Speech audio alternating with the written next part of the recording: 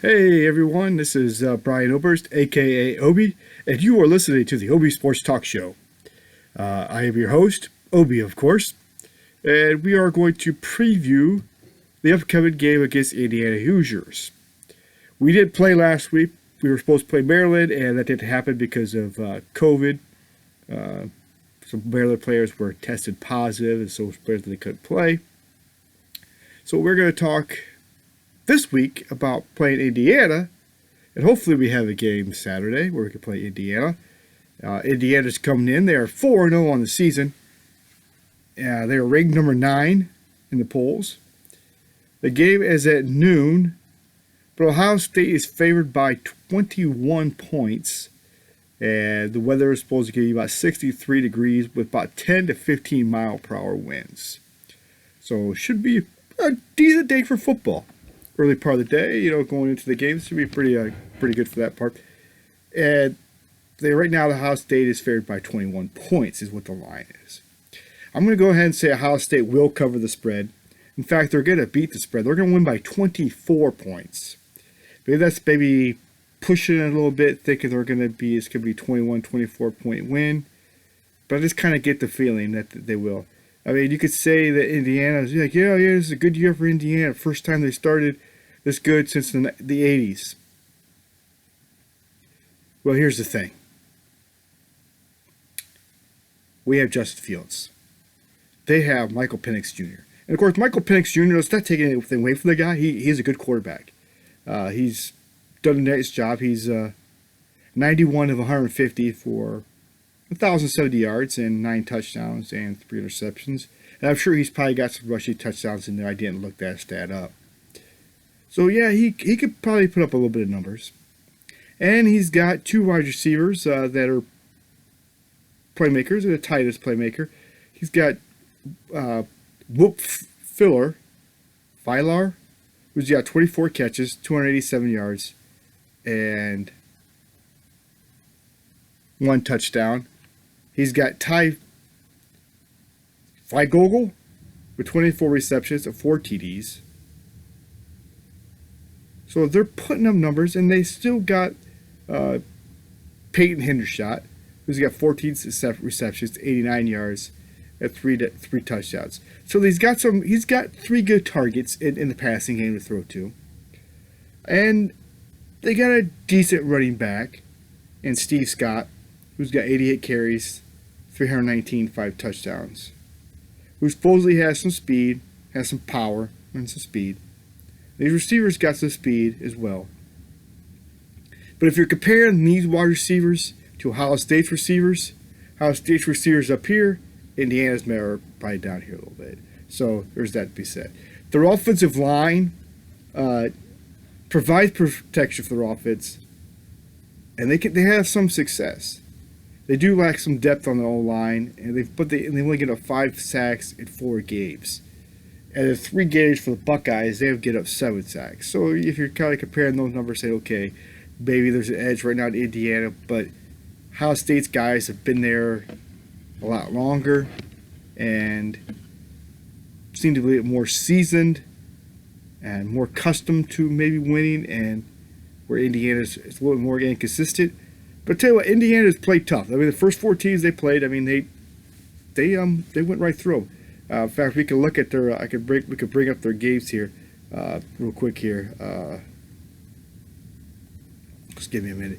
So you could, as we sit here thinking, as I'm looking this up, so Indiana, they could bring some problems a little bit on offense. We see what these guys could do, and that's not to take anything away from Indiana at all. And I'm not trying to do that either, because they've proven that they belong. They beat Penn State 36-35 in overtime, and that one, there's still a lot of people are still scratching their head whether he was in or whether he didn't. They got in on the 2-point conversion in overtime.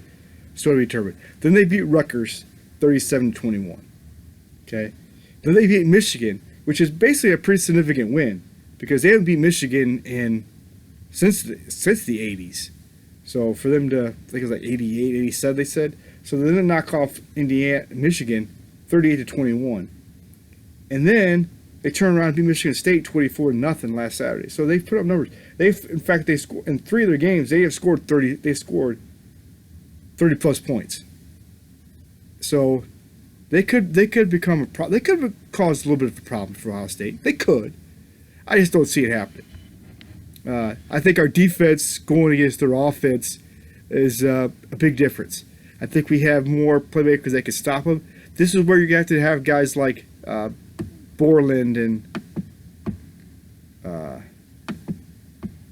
excuse me here a second. Borland and Warner, and you have to have those guys step up. Our linebackers are going to have to play Browning. They're going to have to play a significant role in stopping the tight end, stopping that running back out of the backfield, making those tackles on the running back sooner. Defensive line has got to get pressure on Penix Jr. Try to get the pressure in there, try to get him to get rid of the ball, and force it in tight windows, and hopefully we're in those tight windows. Sean Wade, Banks, Proctor, and whoever else may be out there in the secondary really needs to step up this week. They really need to start showing us something. We haven't really seen them showing us a whole lot. Now, maybe it was the first couple of games and stuff like that. They were getting hit with, quick passes here and there and maybe a couple lucky catches. We did get a chance to play against Maryland, who a team that we might have could have seen a little bit more from the wide receivers. Because let's be honest, Penn State and Rutgers didn't really provide much for us as far as receivers go. Even Nebraska didn't really either. Those guys were trying to run the ball and doing a lot of trick things. We're probably not going to see that much from Indiana. We're going to see straight up modern football, the same kind of offense that we probably run. They're going to try to pound the ball a little bit. They're going to try to pass the ball a little bit. So our defense really needs to step up. Our defensive line needs to come to play. Tyler Friday, Harrison, Togi, Cooper, it's Vincent, all those guys, whoever gets in there and plays on the defensive line, comes in and plays at linebacker, comes in and plays in the secondary, they really need to step up and start showing us stuff. We haven't got a lot of turnovers. They need to create turnovers. Because that will be the key, I think, in how well our defense goes, is if they can create turnovers. When our defense does that, it feels like they play at a higher level. And you got to cut down on the penalties on defense as well. I feel like that's where we kind of struggled a little bit so far this year. We kind of put ourselves in bad positions when we committed stupid penalties. So we got to cut down on those. And of course, you can say that for any team. Any team says, well, if we don't commit these turnovers, blah, blah, blah. But I think that's where Ohio State is going to be more effective, and they're going to be a way to take more advantage of it and feed off of that if they could do that. So can Indiana. I'm not trying to say that. But Indiana's going to come in here thinking that they can win, and rightfully so, they think they might have a shot. And then they might have a shot. 21 points is not a it's a surmountable. It's up there as far as this could be a 21-point game, but it could easily be a different way. Indiana sometimes plays Ohio State tough. They're one of those teams that just kind of comes in there and just plays Ohio State tough all the time. We've seen it in the past.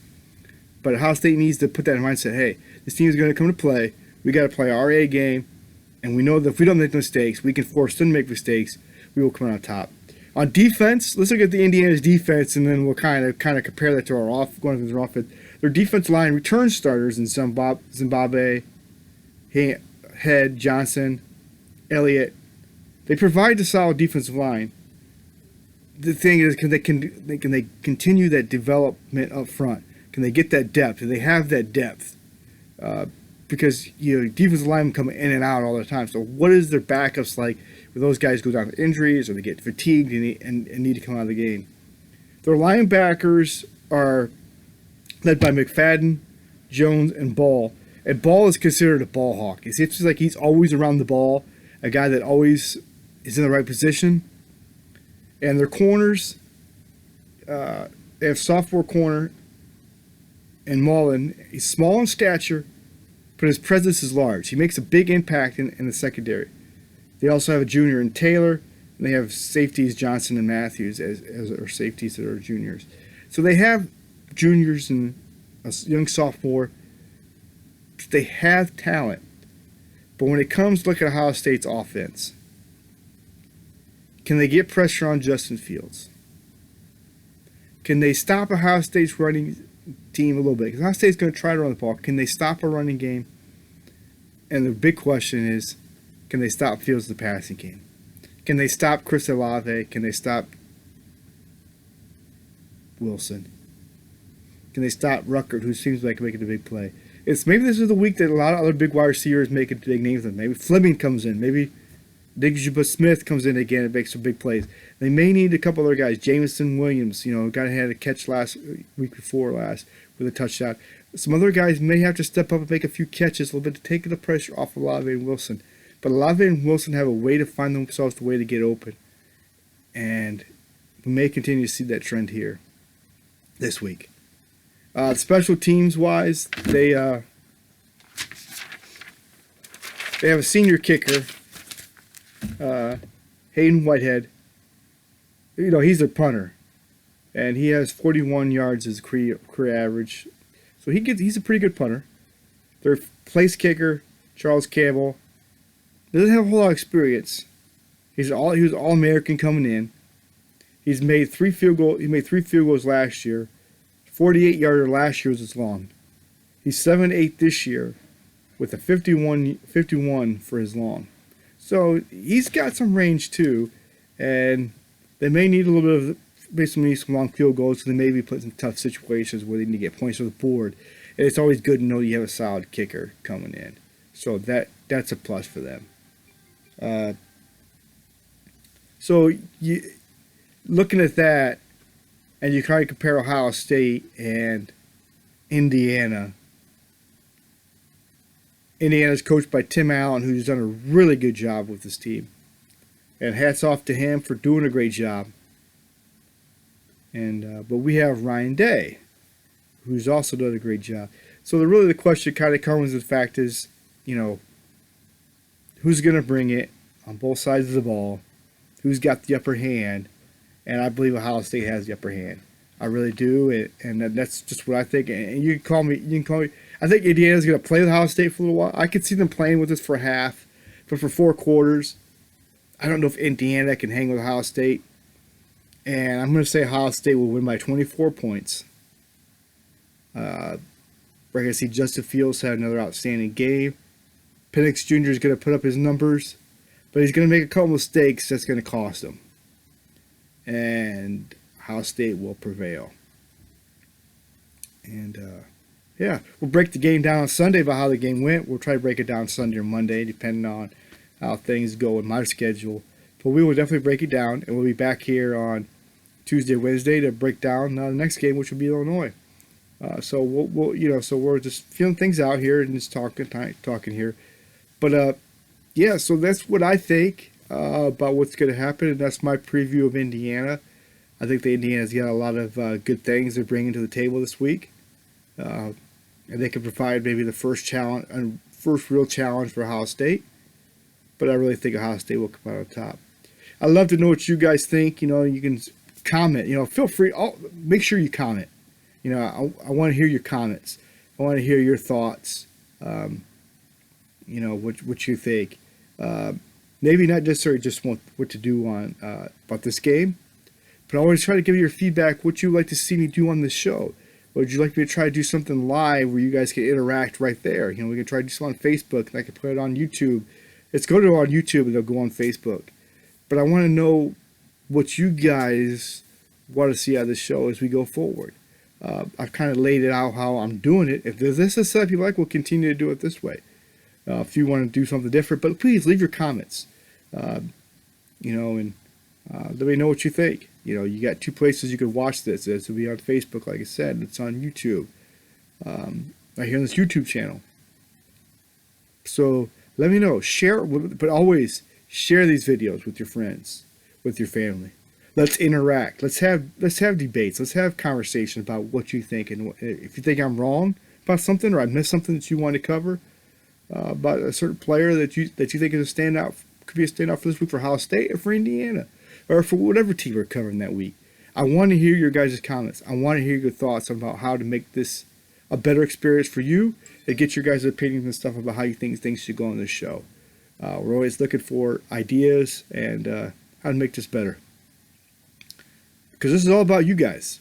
And we're here to talk Ohio sports, mostly. And that's what we're going to talk about. So we'll talk about both teams, like I said, either way you want to do it. But please share it with people. I love you all, and I just hope you're all doing well. And go Buckeyes. Until next time, this is Obi out.